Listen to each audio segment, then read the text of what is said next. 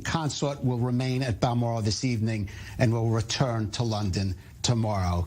Of course, the King, Prince Charles, the Queen is dead, long live the King. He is now the British monarch. You're seeing, of course, live pictures there of Buckingham Palace, where crowds are starting to gather. But, of course, the Queen passed away in Scotland at Balmoral Castle this afternoon. Still back with us in studio, British journalist Natalie Blenford, and, of course, Owen Alterman, our senior international affairs correspondent.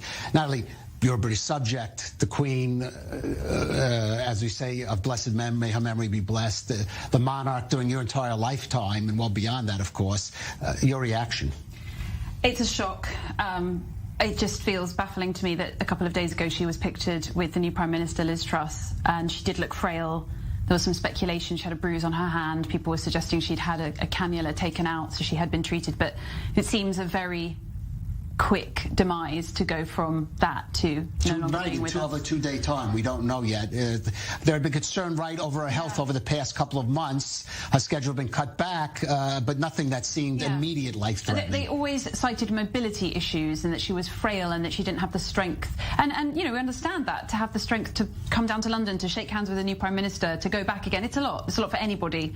But I think this is a big shock. It's come out of the blue. The statement earlier today, in a sense, warming everyone up to this idea, and then the announcement that she died this afternoon. So many questions come to mind. One of them is, had she already passed away before the royal family arrived at Balmoral? Some of them apparently yes, because it said she passed away this afternoon. Yeah. So Prince Charles may well have been by her side. Her other children may not have been. Right. And this is what I thought as the afternoon developed. I thought that they were perhaps gathering all the family there before they made the announcement, so that they were in a safe place, that they were all informed, and then it went public. So I'm not that surprised from an organisational perspective, but from an emotional perspective, I am surprised. And, of course, it's extremely sad. All right, well, let's go to our senior UK correspondent, Jonathan Sacerdoti in London. Jonathan, just update us. And earlier you had mentioned plans to prepare preparations for the Queen's passing. Discuss that. I think that Operation London Bridge, it's been called. Discuss what happens now.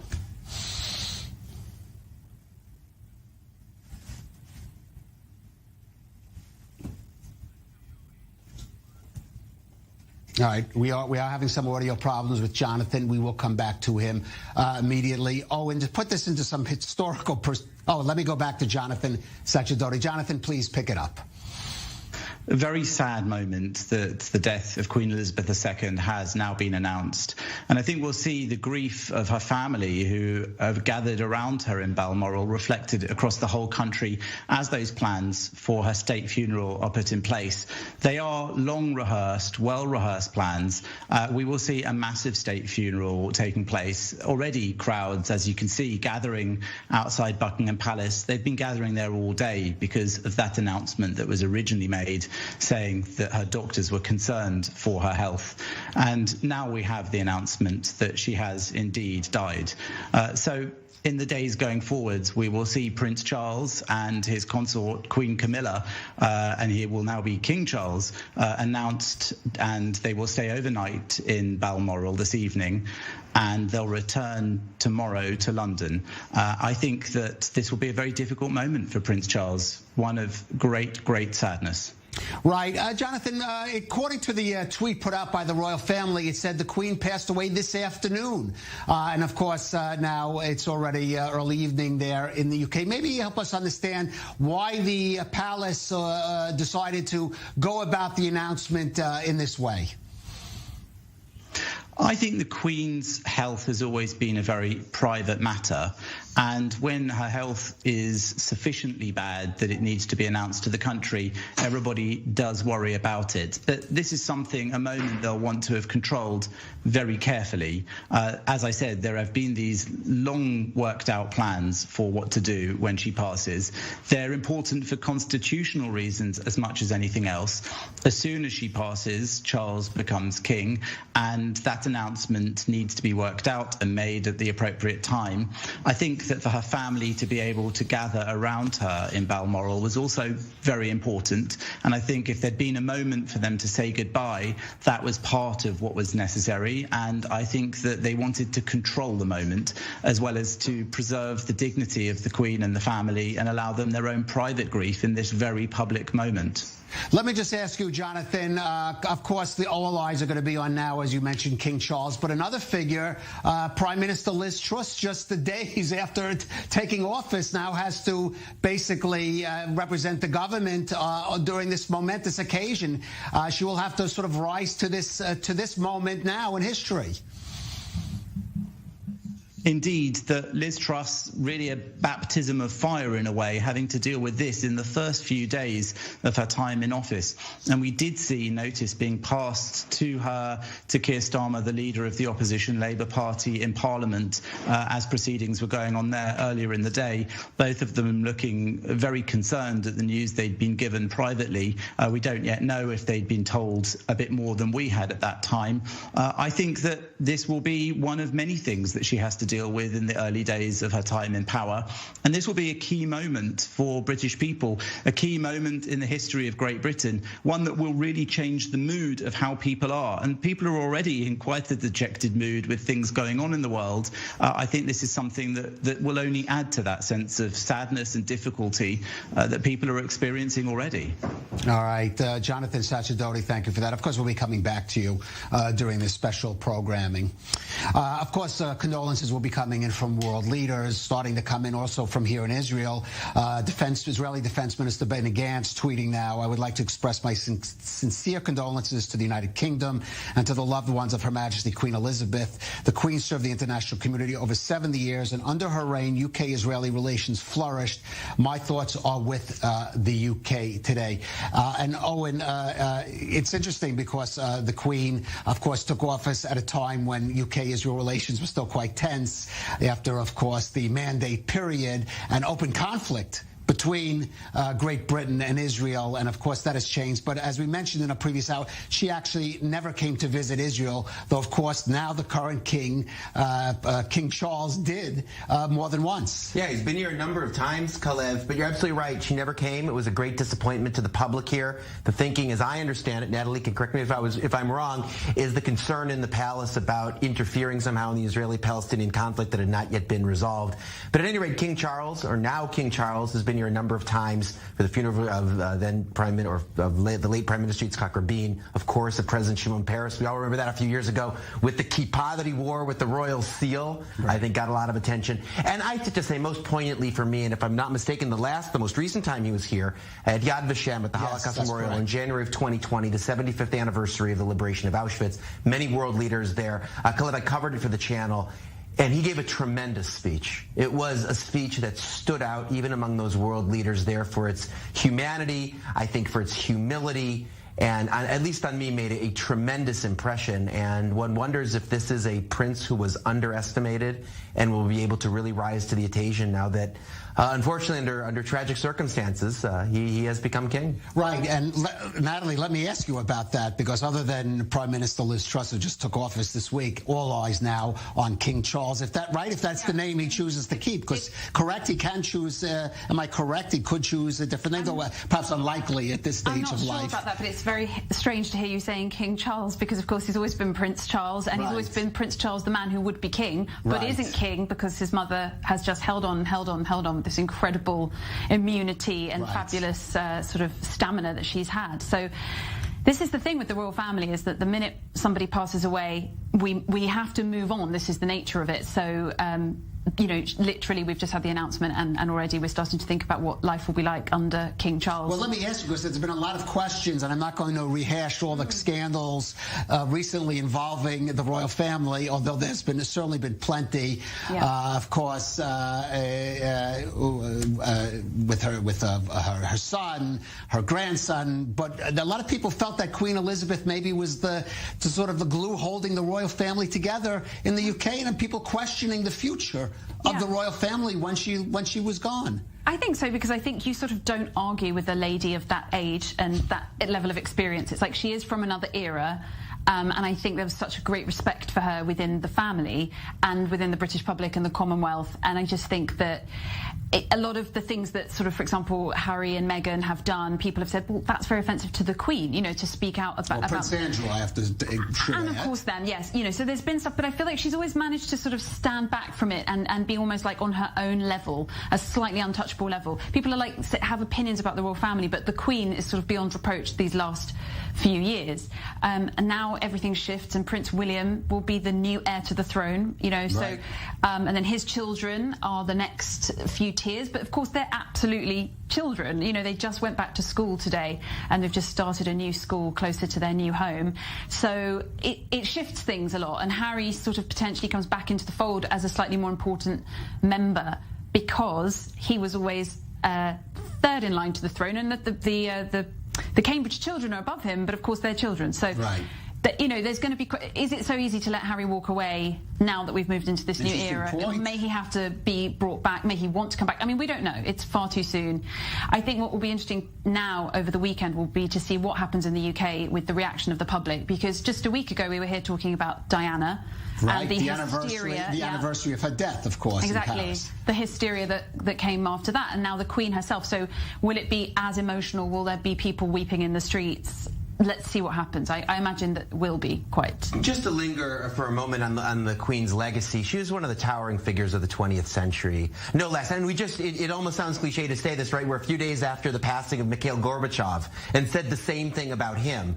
But it's true of a very different persona, albeit, but it's true of Queen Elizabeth as well. Obviously, she was a constitutional monarch. She wasn't a politician in the way that Gorbachev was, for example, or a statesman in the sense that he was.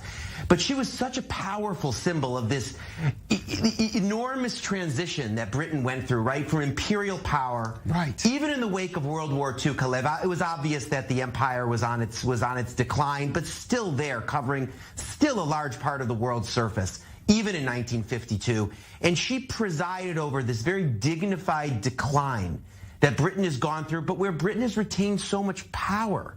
And so much, not only economic power and political power and military power, but cultural power. And so much of that cultural power is because of her and because of the monarchy. And she, through her dignity and through her insistence of sticking with tradition, regardless of this transition, I think was a symbol for what happened in the society writ large. All right, well, you mentioned the Commonwealth. Of course, many of those countries were here in the region, been part of the British Commonwealth. For example, the United Arab Emirates, which until 70 or 71 was. Right, let's see if we could go. Can we go to our correspondent, Bastian Burri, okay, we're going to go to him in a bit. Let's a historical fact of the significance, the historical significance of Queen Elizabeth. And not only she was, at the time of her death, the longest-serving monarch in British history, the longest-serving living monarch in the world, and the longest-serving monarch in all of world history, except for King Louis XIV of France, who ascended to the throne as a child, of course, and had a regency. So, I mean, the towering figure only barely touches it. Yeah, it's almost undescribable, her impact. And as I said before, 70 years on the throne, that's 70 cycles of, governments. And we said earlier, 15 prime ministers. She's met every single one. She's been to the opening of Parliament. I mean, it was only this year that she started missing events. And it is just hard to imagine. It's like, as I'm saying these words, it's hard to actually connect this idea that she's no longer with us. She's been a part of our lives for my entire life. I worked at Buckingham Palace, as we've said before. In what capacity? In a I'm a student and I need a job capacity, selling tickets and selling fudge in the gift shop. But every single person that came through was like, "Hi, I'm here to see the Queen. I'd like tea at 3 o'clock." And it's the Queen, as you said. It's not the royal family or Prince Charles or Camilla. It's the Queen. And I the don't power of this institution of the monarchy and of her as a person. Yeah. And indeed, I mean, you see like a television show like The Crown, which is an international hit, and which is continuing, just really sort of focused on her life. And of course, we live, Owen, in a region where there are still monarchies. That's right. We have real monarchs, not just constitutional ones. Real monarchs. Absolutely. And yet she, as you before, even though she was a constitutional monarch, so many of the countries in Europe either have basically gotten rid of their royalty, they've downgraded them to fairly, let's say, minor figures, and yet she still managed to embody, and not just herself, but a royal family, and a quite expensive operation for the British public to underwrite. Expensive, but, and Natalie, correct me if I'm wrong, profit-making in the end for the British economy for exactly the reason that we talked about, because it's you are selling the tickets, you're selling the goods. This came up at the time of some of the royal weddings over the last few years, Kalev, that as much money as is spent on the royal family, much more is earned because of them and because of their star power and their cultural attractiveness and because of what they mean and what they've done for British soft power in ways that go, of course, far beyond economics. But you're right. The monarch in the Netherlands or in Sweden or even in Spain, for that matter, doesn't have the standing of the monarch of the United Kingdom, of Britain. And part of it is because of the longevity of the institution that goes back 1,000 years. Part of it is because of the legacy of the British Empire and because of Britain's cultural and political impact in so many corners of the world. And yes, part of it was because of her. Part of it was because of her, that she was this link to tradition. The way she dressed, the way she conducted herself seemed to be copied and pasted out of the 19th century. And here we are into the 21st. By the way, I mentioned her as one of the towering figures of the 20th century. Just shows how much longevity they had. We're now in the 22nd year of the 21st century. Right. Right? And she's not only a towering figure of the last century, but you could argue, in a sense, of the one we're living in. Of course. Okay, Owen Alterman, thank you for that, and thank you for being with us. We're going to go to, mentioned before, Dubai correspondent Bastian Burry, and we have to, of course, recall that Queen Elizabeth was also the Queen of the Commonwealth. And, of course, Bastian, that included several nations here in this region, the United Arab Emirates, until, I believe, 1970 or 71. So let's talk about the British influence there in the Gulf, not just, by the way, of course, of the Emirates.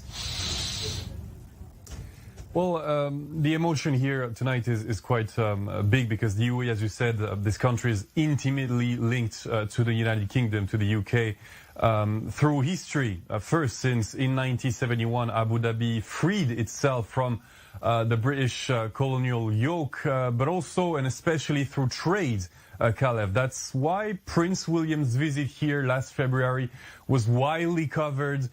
Prince William will one day succeed to his father, Charles, on the British throne. And during his visit, we saw Emirati leaders, police officials, economic authorities, executive and legislative powers. Most of the Emirati chessboard came to meet Prince William. And it may sound a little anecdotal, but the liner, the transatlantic Queen Elizabeth II, 300 meters long, the flagship of the British Navy that sailed the oceans until 2008 with the greatest of this world on board, was given to Dubai a few years ago, which turned it into a floating hotel. So it could have gone to Canada or Australia, but no, this is the Emiratis that the British trusted most. Right, and one commonality, both with the Emirates and maybe some of these other Gulf nations with the UK, is the fact, Bastian, that they're monarchies. A monarchy,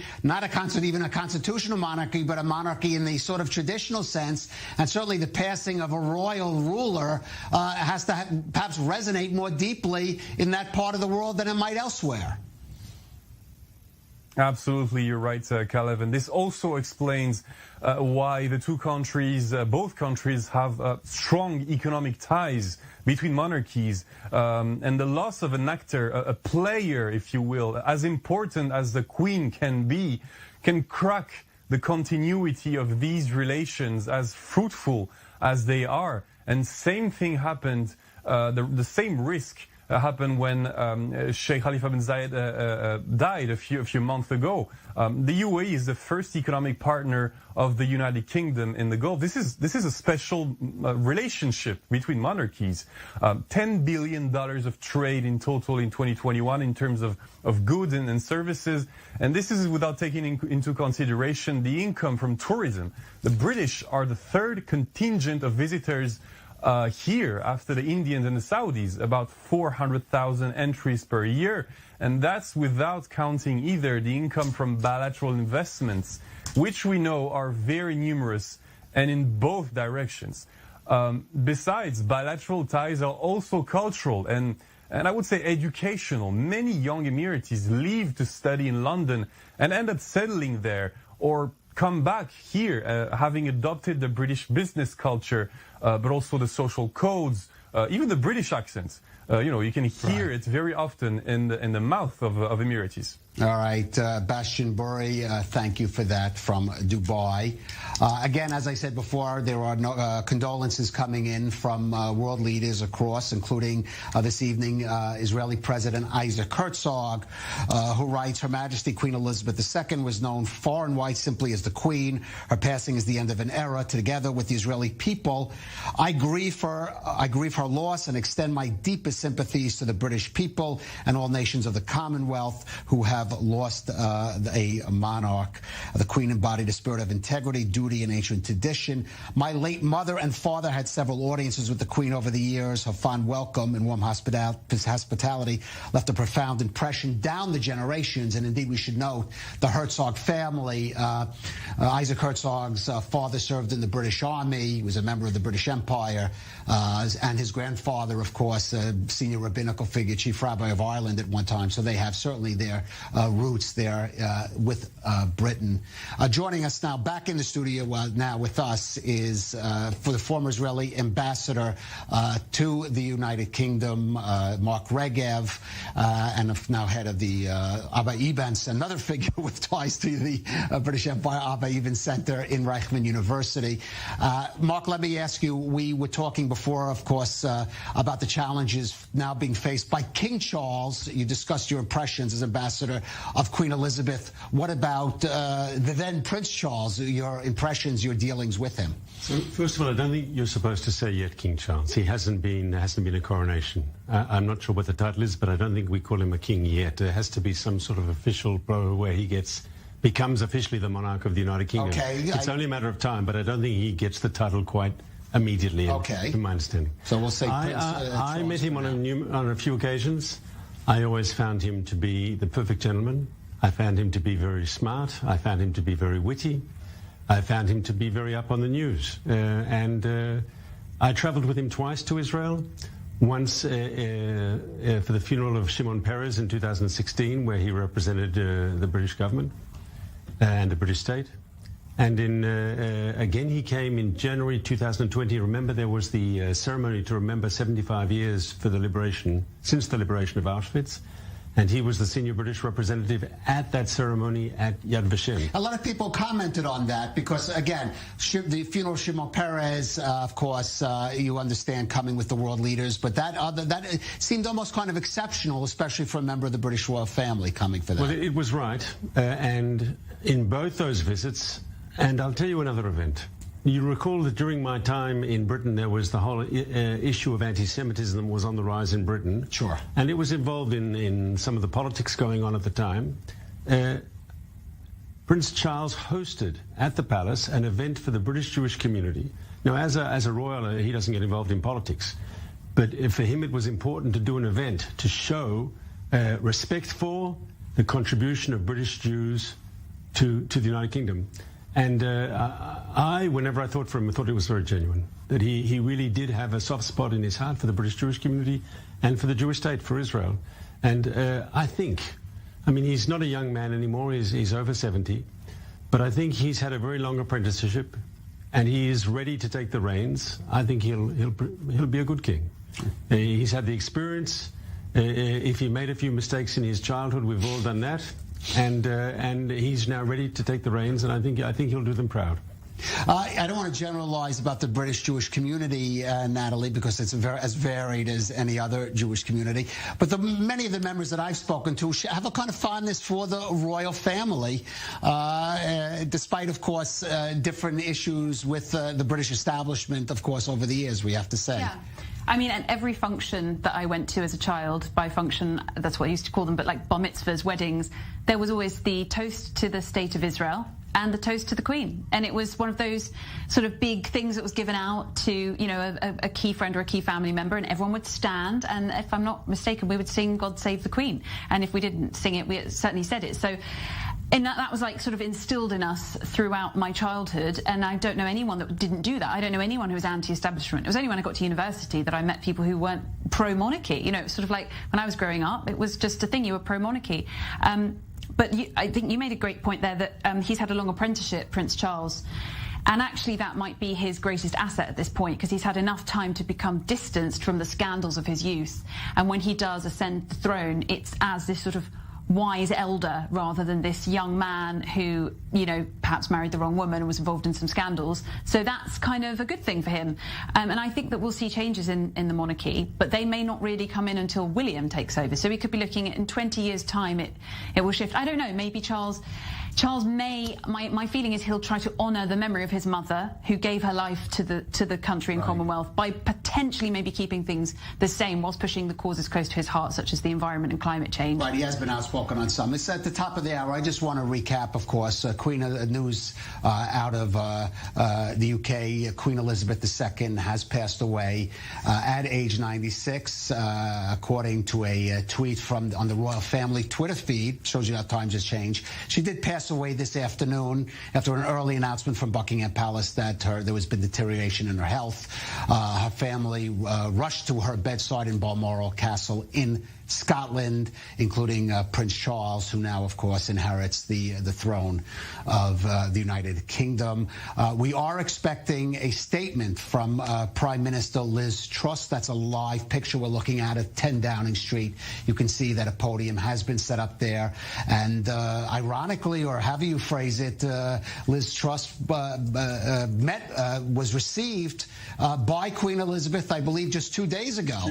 On Tuesday. Maybe that was the last official, I guess, act of Queen Elizabeth. That was the 15th Prime Minister, beginning, of course, with Winston Churchill way back when she ascended the throne at age 25 in 1952, 7-year reign. She was the longest living monarch in the world, the longest reigning British monarch ever, and the second longest reigning monarch in all of human history. Gives you some idea of the 96. She passed away at Scotland's Balmoral Castle, apparently earlier this afternoon. Her family rushed to her bedside in her final moments. We do expect a statement in the coming moments from the new British Prime Minister, Liz Truss, who just on Tuesday, just 2 days ago, got her first official audience with the Queen. It was held at Balmoral Castle. We're seeing live pictures there from 10 Downing Street, of course, with the podium. We expect Liz Truss. Mark, before we went out for the break, would ask you about Liz Truss, the challenges she faces now as coming in as a new Prime Minister, and now has to rise to the occasion at this moment, just on her second day in office. I would think, and if one wants to do political analysis and take a step back and not deal with the enormity of the passing of Queen Elizabeth, I think this is a good thing. I'm sure Boris is very, I'm not sure if jealous is the right word, but to receive all the world leaders, it's a major, major event. And I think far from this being a challenge to Liz Truss, this is actually an opportunity for her to meet world leaders, to present herself on the world stage. I think this is actually, and people stop talking about the high prices of energy and what's going to happen in winter, because I don't think this is bad for the new Prime Minister. This can help her find her feet. Also, it's a chance for her to meet all her colleagues, because you'll have leaders from across the world, from Africa, from Asia, from North America. They'll all be descending on London for the funeral. And she'll be meeting those who she deems to meet. If President Biden chooses to come, she'll have a meeting with him, I'm sure. This is going to be a funeral which will be a historic funeral, recognising the life of a historic woman. There's both of us are old enough to remember there used to be a TV series on the BBC called Yes, Prime Minister. Oh, sure, of course. And there was an episode once of the working funeral where leaders come and assemble at some point because someone has passed away. And actually, you can get a lot of diplomatic work done at that sort of event, because it's like going to the UN General Assembly. You'll have leaders from across the world who all come to pay their respects to the monarch. But at the same time, if you're meeting there and the President of France is there, or the Prime Minister of Italy or the Chancellor of Germany. It's a chance to meet and talk and do some business. Right. And, of course, one of the leaders, of course, will be the President of France, Emmanuel Macron, who has just tweeted, Her Majesty Queen Elizabeth II embodied the British nation's continuity and unity for over 70 years. I remember as a friend of France, a kind-hearted queen who has left a lasting impression on her country and her century. And Natalie, of course, Mark talked about this funeral of Queen Elizabeth on the official level, on the political level, but for the British people. The funeral, I guess you have to go back to Princess Diana's funeral. We reminded, of course, of her passing because it was the anniversary a few days ago. But this will even more talk about the impact on the British people, on the British public, and not just beyond in the Commonwealth, in the world. This is going to happen. I think it will be a momentous occasion. It will be a day of mourning, but it will be, as you say, across the globe, but in all the territories of the Commonwealth. I would imagine it would be a day of mourning out of respect. I just was thinking as we were talking there that just last year when Prince Philip passed away, I remember coming here to analyse the funeral, and of course the Queen herself had been sitting alone because of social distancing rules, and she was this kind of lonely mourning figure wearing black, not even able to sit with her son, and it was so sad as she was so stoic. And that was a very beautiful funeral, if you can say that about funerals. It was sort of incredibly well choreographed and put together, and there was blue sky, and it was a fantastic day in terms of honouring his memory. But I think her funeral is going to be... I'm going to cut you off there. The UK Prime Minister Liz Truss is about to speak. Let's take a listen into what she has to say.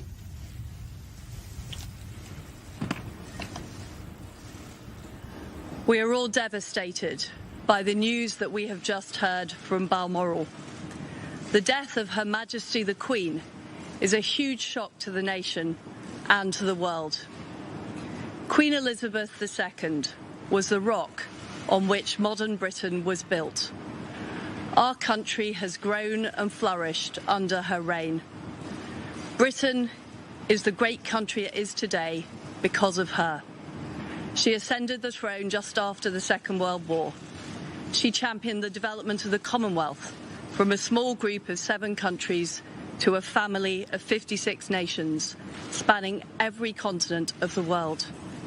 We are now a modern, thriving, dynamic nation. Through thick and thin, Queen Elizabeth II provided us with the stability and the strength that we needed. She was the very spirit of Great Britain, and that spirit will endure. She has been our longest ever reigning monarch.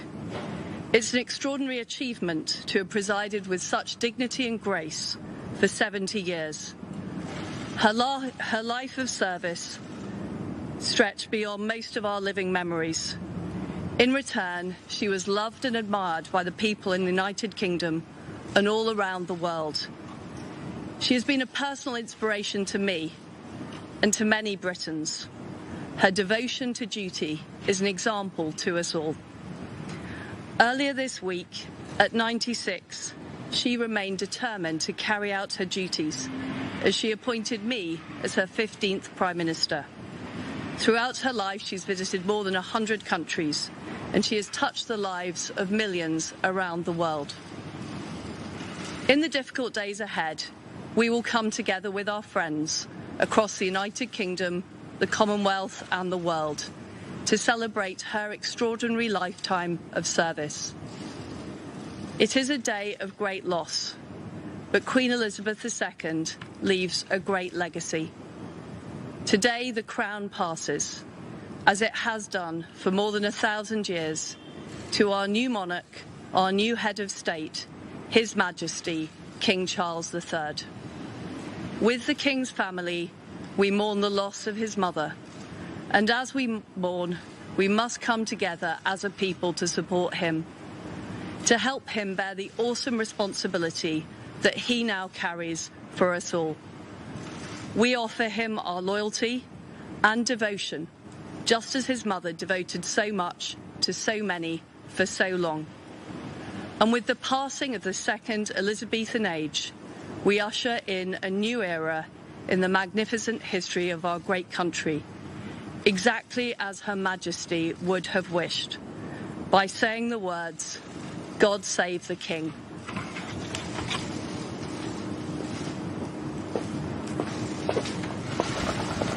that was, of course, Prime Minister Liz Truss of the United Kingdom, who unbelievably now, just 2 days ago, was received into office by Queen Elizabeth at Balmoral Castle, the last official duty undertaken by Queen Elizabeth. And now here, just 2 days later, of course, she coming out of number 10 Downing Street to, of course, react to the passing of Queen Elizabeth II at age 96. Let's see if we can go to our senior UK correspondent, Jonathan Sacerdoti in London. Jonathan, what a moment for Liz Truss. What a week. First, your reaction to what you just heard, and did she rise to the moment that has really just fallen on her shoulders? And what a moment for the new Prime Minister within the first few days of being in office to have to announce this to the nation. Obviously, when people heard this morning about the Queen's ill health and that doctors said that she was under supervision, I think there was a lot of rumour going around that this could be the end. And then, of course, as the family all flew in to be around her at Balmoral, those suspicions increased. Then, of course, it was confirmed. And now we see that official speech from the new Prime Minister Liz Truss. Long live the King, King Charles III, she said. And that's going to be something that will take some getting used to hearing and saying, because Queen Elizabeth was the longest reigning monarch, somebody who was queen for so long that there are very few people who were alive before that period, even fewer who can remember it. And King Charles, as he now is, will have to follow on in her mould, but of course doing things his way as well. She set a shining example, not just to him, but to the whole of Great Britain, an example of duty over personal desires and personal and private life. And I think that that's something that she was enormously respected for around the world. Right. In fact, King Charles III, as you rightly call him, has just put out a statement, Jonathan, so stay with us. I'm going to read it out. The death of my beloved mother, Her Majesty the Queen, is a moment of the greatest sadness for me and all members of my family. We mourn profoundly the passing of a cherished sovereign and a much-loved mother. I knew her loss will be deeply felt throughout the country, the realms, and the Commonwealth, and by countless people around the world. During this period of mourning and change, my family and I will be comforted and sustained by our knowledge of the respect and deep affection in which the Queen was so widely held. And Jonathan, those who know British history knew of the two previous King Charleses. King Charles II, very successful king. King Charles I, not so much, let's say. King Charles III enters the monarchy at a very difficult time for the royal family, a time of scandal, a time when people are questioning whether Britain needs to at least continue with the monarchy as it's constituted, and all eyes will be on him whether he is going to sustain it as his mother did. Absolutely. There will be a lot of pressure on King Charles's shoulders now over how exactly he will be the monarch. I think it goes without saying that because Queen Elizabeth II was in power for so long as Queen, we only really know the monarch as one thing, and that is her. And now we're going to see how Prince Charles does things. There's been plenty of speculation over the years and some indication from him himself over how he'll do things. There's been the suggestion that he will strip down the royal family to a much smaller, more efficient, more hard-working family. A lot of that already happened during recent years. His influence, for example, was seen during the Platinum Jubilee celebrations with the slimmed-down working royals only on that balcony, a sign perhaps of things to come under King Charles's reign.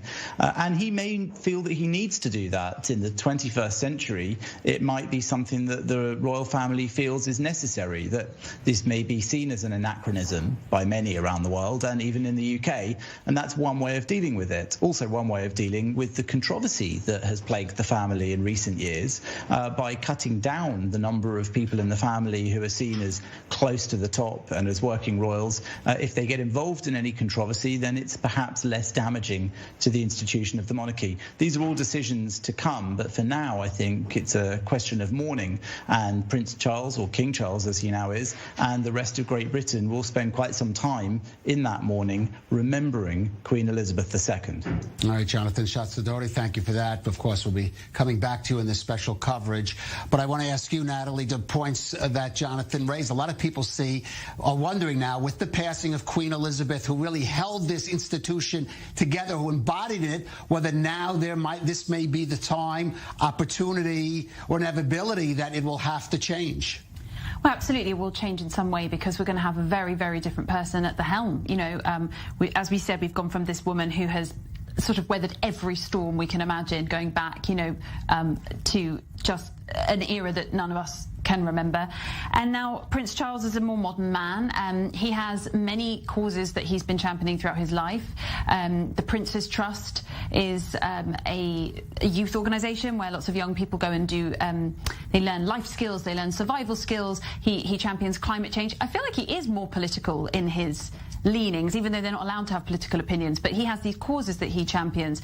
So we'll see what that means. Will it be that he decides the monarchy will be more outspoken? Will he be more outspoken as king? Or will he sort of hold his tongue, as the Queen always did, and be the figurehead? You know, I'm envisaging him in the ceremonial robes and the crown literally on his head. It's going to be a sight to behold when it's on Prince Charles. Yeah. It's going to be a different sight. Hey, Jonathan, at one point called it Prince Charles and then corrected to King Charles. It's going to be it's going to be a transition. In terms of slimming down, though, the monarchy, I'm not so sure about that.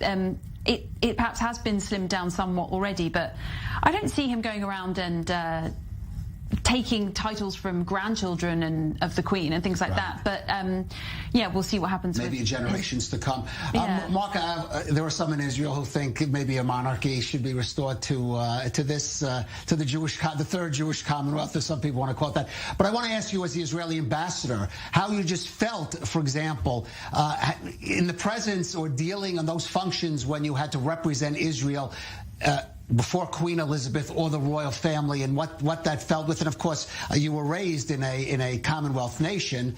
We should note, just how, on a personal level, how you felt about that. So you're right. I was born and grew up in Melbourne, Australia. And the picture of Queen Elizabeth was on the wall in the school and on the coins that we used and on the postage stamps. She was ubiquitous. She was there. Did you ever dream you'd be an ambassador to the court of St. James? No, not at all. I remember when I presented my credentials, you go to the palace and it's quite a ceremony. They don't want you to make a mistake. And so you actually do it with one of the other workers there, and you go through it. It's like in the army when we do things, you do before you use live ammunition, you first use without shooting live ammunition. So before you present your credentials to the Queen, they want you to go through the motions, do exactly what you're supposed to do, so you won't make a mistake when you actually meet the Queen. I always thought, look, she was very impressive. She was the consummate professional. As Natalie said, she took her role very seriously, a sense of duty. And you saw the way I would see her in lines, and there were like maybe 180 ambassadors. And everyone, she stops and she shakes her hands and how are you? And right, and I should note, Mark, right to the very end, she never let up her, she never lowered her standard, even to the age of 96, even as we saw to the final days of her life, though she had to cut back, of course, to some degree. Cut back. And I remember there were a few words, and I don't know what Natalie will say about this, but were there a few words that saying when she couldn't do the job in a full way, there were those people who were saying, like in Japan, maybe it's time for her to voluntarily step down, but that's very un-British. She had this sense of duty that she had to persevere on, even when it became more difficult for her to do the job. Look, it's history. What we've seen now, think of it, in 1952, when she assumes the monarchy, Britain is still a major colonial power. Huge parts of Africa are still British, parts of Asia. And just 5 years after this country, this land was under British rule. But by 52, Israel's independent. We fought for our independence, so we're situated. The India is independent.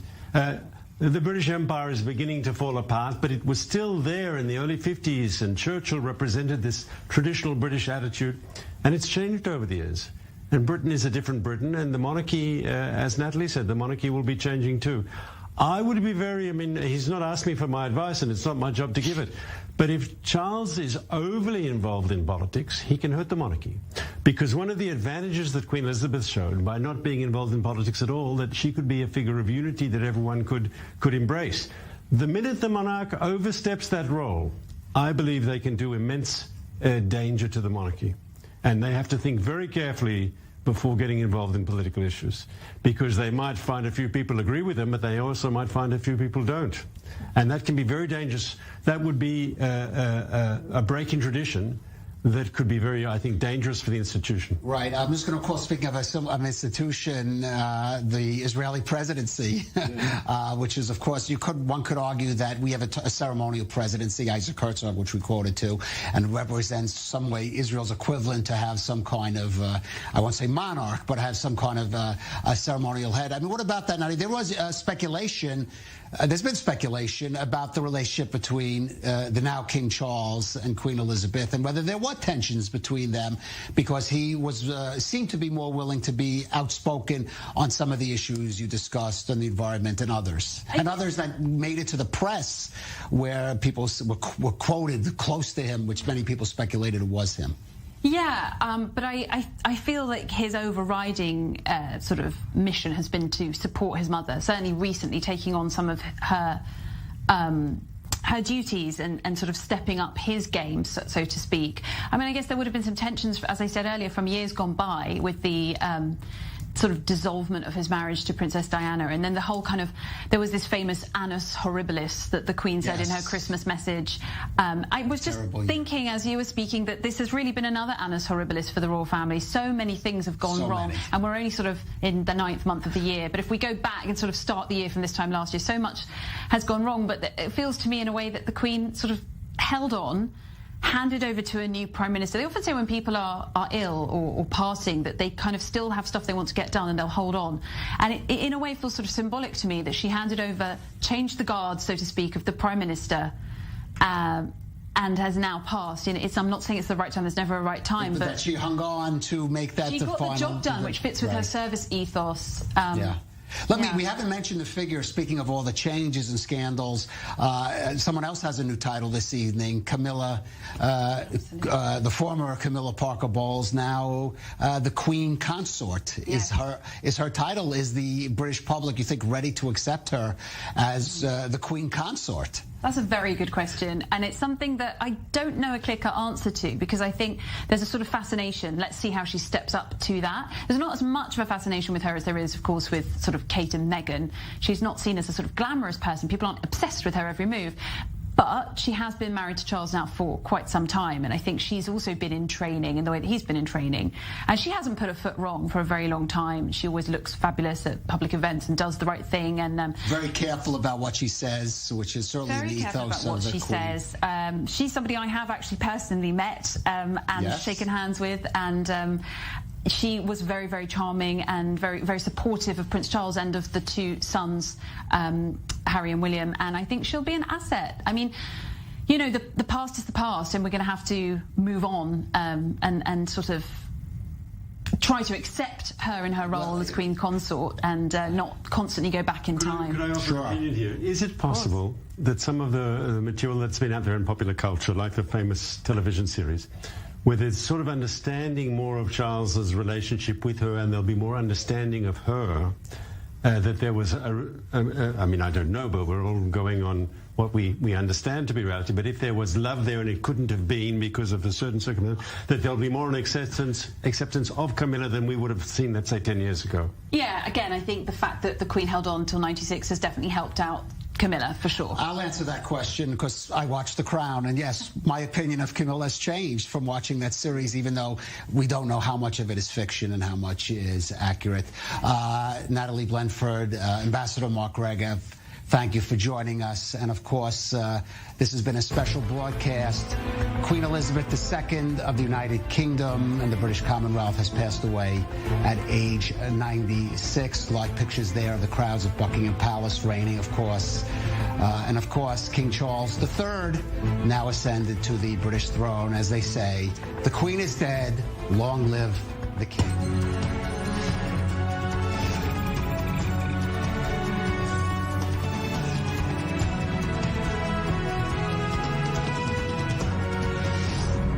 Hello and welcome to this I24 News breaking news edition. Sad news out of the UK this hour. Queen Elizabeth II has died, setting off an outpouring of grief for the 96-year-old monarch after a reign of 70 years. The Queen has died at Balmoral Castle with many of her 4 children, 8 grandchildren and 12 great-grandchildren at the castle or on their way, including her son, Prince Charles, the heir to the throne. Buckingham Palace has just released the following statement, reading, "The Queen died peacefully at Balmoral this afternoon. The King and the Queen Consort will remain at Balmoral this evening and will return to London tomorrow." For more on this breaking news, I'm joined in studio by Tom Gross, British political commentator. Very saddening news for the kingdom. Your initial thoughts? Well, yes, even though it is in a way not a surprise because she is 96 years old and her health has not been particularly good in recent months. She had COVID in February and has been very tired since then. Nevertheless, it is a big shock because only 2 days ago on Tuesday, she met with the new British Prime Minister, Liz Truss, and a photo was released of her appointing Liz Truss, her 15th Prime Minister of her 70-year reign, and the Queen looked relaxed and smiling, and everyone was quite happy to see the Queen in good health and looking happy and beaming with a smile, really, just 2 days ago. So it is it comes as a surprise, even though, of course, it's not a surprise. Another fact is that for almost everybody living in Britain, she has been a dominant fixture of her entire lives. You know, she's been enthroned the second longest head of state or monarch in history. Only Louis XIV of France served for 72 years, but he came to the throne as a small child. Queen Elizabeth II was, of course, already known as Princess Elizabeth before she was queen. So unless you're aged older than 96, she has been there throughout everyone's life, and therefore this really does mark the end of an era, the end in a way of the entire post-war pre-tech era, one might call it. I want to bring in to the conversation Adam Schwartz, a writer and political commentator, is joining us from London. Good to have you with us on this evening. I want to hear your thoughts about the legacy of the Queen. How will she be remembered from this day onwards? Well, I think this is certainly one of the most somber days in really the history of the modern United Kingdom. I think certainly the way that Queen Elizabeth will be remembered will be as the constant presence through a process of enormous change. The Queen, of course, her reign was over 70 years long, and during that period really oversaw a huge amount of change, not only within the United Kingdom, but also from the world itself. But if you look at it, certainly in the United Kingdom's context, we saw the rebuilding after the destruction of the Second World War. We saw the sort of end of the British Empire and the emergence of the Commonwealth. We saw the UK joining the sort of European nations that ultimately became the European Union. And of course, we saw the UK withdrawing from the European Union. And then very recently, we saw the Queen during COVID times. And I think that certainly provided a huge amount of comfort to the nation, knowing that in this very difficult and sort of traumatic period, actually the Queen was there as a presence to sort of guide the nation. So I think certainly that's the way that she will be remembered in the United Kingdom context. But I think also it's important to remember her sort of as a global icon itself.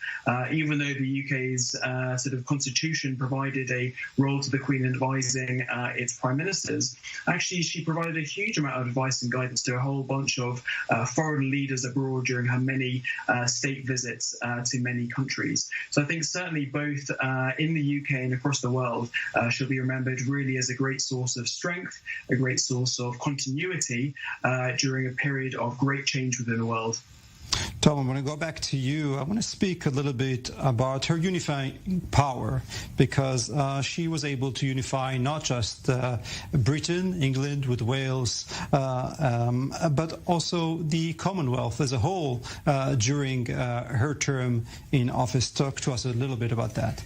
That's right, of course. She oversaw basically the end of the British Empire, but the connection of many of those former states of the empire now in the British Commonwealth. And in fact, until today, she is still head, or until this morning, she was head of 15 countries, not head of state of 15 countries, not just of the United Kingdom. For example, in Canada, she visited Canada 22 times. So she'll be mourned not just in Britain, but in all those other countries which she's head of state, or the countries where she visited often and they're very fond of her, like Australia and so on. There's something else. People sometimes ask me, why is there so much pomp and ceremony around the circumstance around the Queen? For example, the Dutch, Holland, they still have a monarchy, but their Queen sort of just rides around on a bicycle and so on, whereas the British Queen has many castles and the crown and so on. And I would say that one reason Britain has never had a revolution, it's never had communism or fascism or too much turmoil, is the monarchy, and in particular the Queen, has provided an amazing stable factor of stability. So even though someone like myself, I'm actually a Republican and I'm actually not sure that Britain should have a monarch as head of state, I still recognise that the Queen, I don't know what the alternative would be. The Queen is not a career politician like heads of states in many other democracies, and she has provided this kind of constant, this kind of mother of the nation, both as an institution, but also she in particular, her particular character.